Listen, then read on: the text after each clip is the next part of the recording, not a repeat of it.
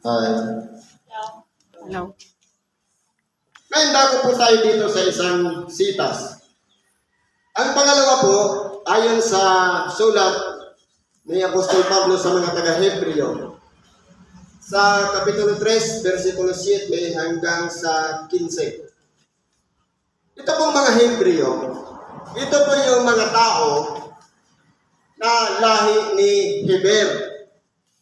Ibig sabihin, magmula kay Adam, pang-15 salin lahi. Kumbaga, apo na siya ni Noe. Ngayon po, kung titingnan natin, sino-sino po ba yung mga Hebreo?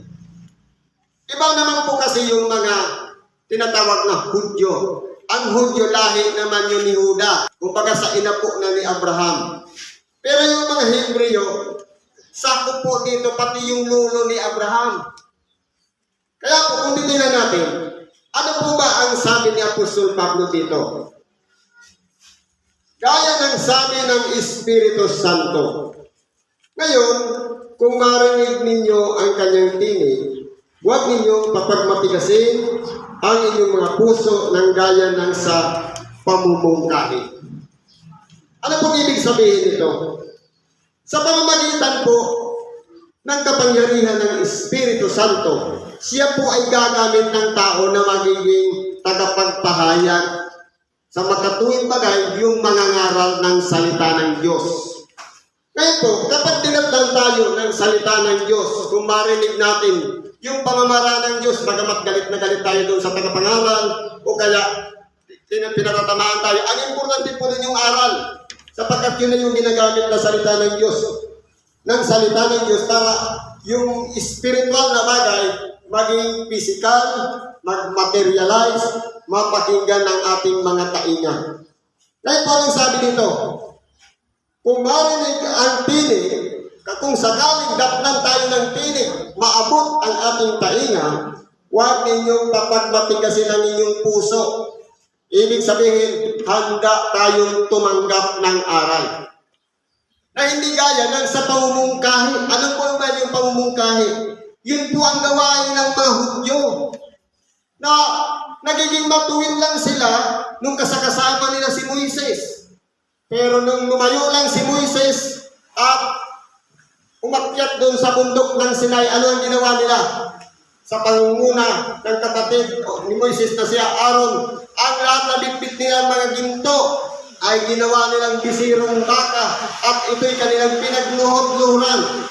Ibig sabihin ng pangungukay, reklamador, o kaya mapagtutol.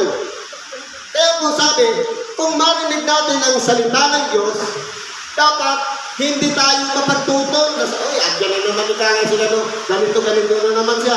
Hindi po dapat ganun. Kundi handa natin tanggapin ang tinatawag na salita ng Diyos sa makatuwid bagay yung pagpapasakop sapagkat tunay nga po na ang puso natin. Bakit yun ang sinabi ng ating dakilang Panginoon? Yung puso. Dahil yun po ang kinakailangan baguhin. Kapag pinago na ang ating puso, susunod na lang dyan ang isip. Pero po pagka minsan nagmagkalaban po ang isip at puso, gusto ng puso, sumunod na ng kalooban ng Diyos. Pero itong pag-iisip tumututol dahil po sa kataasan ng ego o pride. Kaya po hindi nasusunod ang salita ng Diyos. Kaya doon po nagiging matigas. Ngayon po sabi, kung marinig, dapat pag sinabing ganito, huwag kang papatay, dapat hindi mo na talaga gagawin ng pagpatay. Pag sinabing huwag kang mga galunya, talaga hindi ka na dapat mga galunya. Pag sinabing huwag kang mag-iimbot, dapat hindi ka na talaga dapat nag-iimbot. Sa magkatuwid, pinalambot na natin ang ating puso. Pero kung ayaw natin sumunod, sadyang matigas pa talaga ang ating mga puso. At nag-itigaya ng pamumungkahi o mga mapagtutol o mga reklamador. Sapagkat ang tinitingnan yung kalagayan ng taong ginagamit para magpahayag ng salita ng Diyos. Ano ba sabi dito? Huwag ninyong papagmatigasin ang inyong puso gaya ng sa pamumungkahi, gaya ng mga araw ng pagtukso sa ilang. Totoo po. Sa totoo lang yung mga Israelita mula doon sa Ehipto, minahal ng Diyos. Itinawid sila doon sa dagat. Nagbigay pa ang Diyos ng mga mana sa ilang. Ipinagtanggol pa sila ng Diyos sa pamamagitan ni Moises at sa kanyang tungkol para makalabas doon sa Ehipto. Pero dahil nga nakasanayan nila yung buhay sa Ehipto na masaya, maligaya, na buhay sila na marangya, ayaw nila na sumunod kay Moises na dinala sila doon sa ilang. Ano pang sabi nila? Hinango sila doon sa maganda na sana kanilang pumumuhay para patayin lang. Pero hindi nila napag-uunawa yung layunin ng Diyos kaya sila iniwalay doon. At layunin ng Diyos kaya sila napunta sa Ehipto. Bakit po? Dahil kung wala yung Ehipto, marahil wala ng Israelita. Dahil doon sa taggutom. Kaya po sila napunta doon. At nung dumating sila doon, 75 tao, lumabas sila libo-libo na. Napakarami ng mga Israelita. Pero dahil nga sa katigasan ng kanilang mga puso, dahil sa kanilang pusong mapagtutol, ayaw nilang sumunod sa kalooban ng Diyos. Na doon ay tinukso ng iyong mga magulang sa pagsubok sa akin. Totoo po. Sadya po talagang matitigas ang mga Hudyo hanggang ngayon. Dahil ano po ang nababalitaan natin doon sa Israel. Meron ng batas doon na dinaanan sa kongreso nila na ang sino man magsambit sa pangalan ng dakilang Panginoong Jesucristo ay ibinaybilanggo. Ibig sabihin, ang pagsambit nila ng pangalan ng dakilang Panginoong Jesucristo, karumal-dumal na para sa kanila.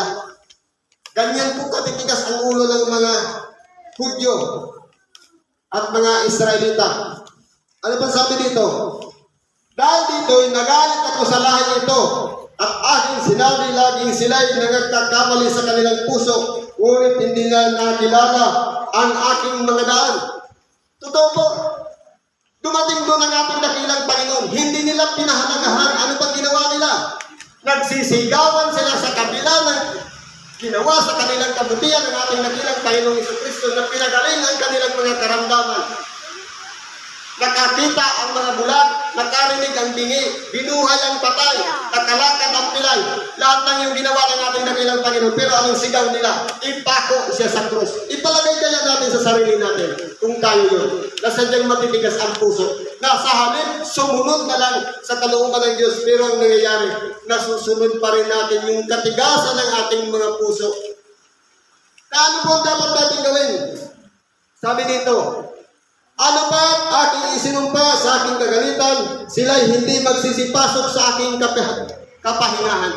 Totoo po, hanggang ngayon, magulo pa rin yung lugar na yun. Dahil po, hindi talagang masumpungan sa kanilang sarili ang kapahingahan ng kanilang mga kaluluwa. Kabi-kabila, sila'y inuusay ng gyera, ng kaguluhan, at kung ano-ano ngayon. Dahil makabagong teknolohiya na, hindi na mano-mano ang labanan, kundi baril na, o kaya bomba, missile. Kaya ngayon yan na, dahil makabagong teknolohiya na.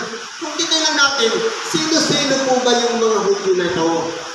Sino-sino po ba yung mga Israelita na ito? Ito yung mga tao na hindi naman siya kasing puti ang mga nakikita natin sa Israel, kundi ang mga Hudyo po ay sadyang maiitim. Kahit po ang ating dakilang Panginoon, ano ang sabi sa bahagi ng kasulatan? Tansong binuli. Ibig sabihin, ang tanso, brown. Pag binuli mo siya, ibig sabihin, mangitim-itim, sunog. Yan po ang kulay ng mga Hudyo. Kaya po, kung titingnan po natin, hindi po sila makakapasok sa kapahingahan dahil po kabi-kabila ang gira para sa kanila, hindi matapos. Kagaya ng dito sa Gaza. Panahon pa ng Kristo, may labanan na yung mga taga-Samaria at mga Hudyo. Hanggang ngayon, 2,000 na nakakalipas, ganun pa rin ang nangyayari. Ano pong advice sa atin dito ni Apostol Pablo? Magsipag-ingat kayo mga kapatid, baka sakaling mayroon sa kanino man sa inyo na isang pusong masama na walang pananampalataya na naghihiwalay sa inyo sa Diyos na buhay. Ngayon po, kung titingnan natin, paano tayo dapat hindi mapinsala nito. Kinakailangan may pag-iingat. Tayo pong magkakapatid, dapat po magturingan, magmahalan, mag-ibigan bilang isang tunay na magkakapatid. Pag sinabing magkakapatid, sa buhay natin sa tao, kapatid mo siya sa laman, dinadamayan, tinutulungan. Kung pag sinabing magkakapatid, ibig sabihin, masakit sa kanya, masakit din sa akin. Ibig sabihin, may pagpapahalaga tayo sa kapwa. Ngayon, sa kalagayan naman ng magkakapatid, kapag meron ng napapahamak, kinakailangan mong sabihin, kapatid, palayo ka na, hindi ka na lumalakad sa katotohanan. Kung itinuturing natin kapatid, may pagpapahalaga tayo sa kanya, papayuhan natin siya para hindi siya mapahamak. Yun po ang pagtuturing ang magkakapatid. Dahil, kung sakali man may dumating na isang pusong masama na handang sirain o sarsalain ang ating mga pagkakapatiran, doon po natin makikilala kung tayo po'y nagtuturingan magkakapatid. Pero kung sinabi ni Apostol Pablo, ngunit kung kayo'y nangagsasakmalan, ay mga lilipol kayo. Ibig sabihin, magpatagumpay si Satanas. Kung tayo sa loob ng pinto, nag-aaway-aaway at nagtatalo-talo, mauubos nga tayo na masasakop ni Satanas. Ngayon ay nasa ilalim tayo ng kapangyarihan ng Diyos. Kaya dapat may pagpapahalaga tayo sa ating kapwa bilang magkakapatid. Ayaw natin mapahamak ang isa. Sabi nga, ang kalaban natin dito sa hindi po laban sa laman at dugo. Ibig sabihin, hindi natin kalaban ang kapwa natin, kundi ang kalaban natin yung mga espiritu na dumilikta sa ating mga kaisipan, na nagpapatigas ng ating mga puso. Kaya po dapat mag-ingat po tayo. Dahil po, dapat sabi nga, mas matalino tayo katulad sa ahas. At matindi manggaya ng kalapate. Ano po ang karunungan ng ahas? Naalala ko yung sinabi ng evangelist. Ang ahas, kaaway niya ang ahas. Pero sa oras na may nasaktan yan, dadamayan niya yan. Ganyan po katalino ang ahas. Kapag meron man tayong nasaktan, o kaya nagdamdam sa ating kapatid, lapitan natin. At pabalong-balikin natin. Sabi nga, magsama ka pa ng isa pa kung ayaw pang makinig. Kung hindi pa rin makinig hanggang sa ikatlong parte, ipalagay muna siyang hindi. Kaya po kung titingnan natin, may mga proseso. Tayo po mga tao, hindi po natin natatalos sa bawat isa sa atin kung sino yung pwedeng gamitin. Kinakailangan tayong lahat ay magpahalagahan sa isa't isa.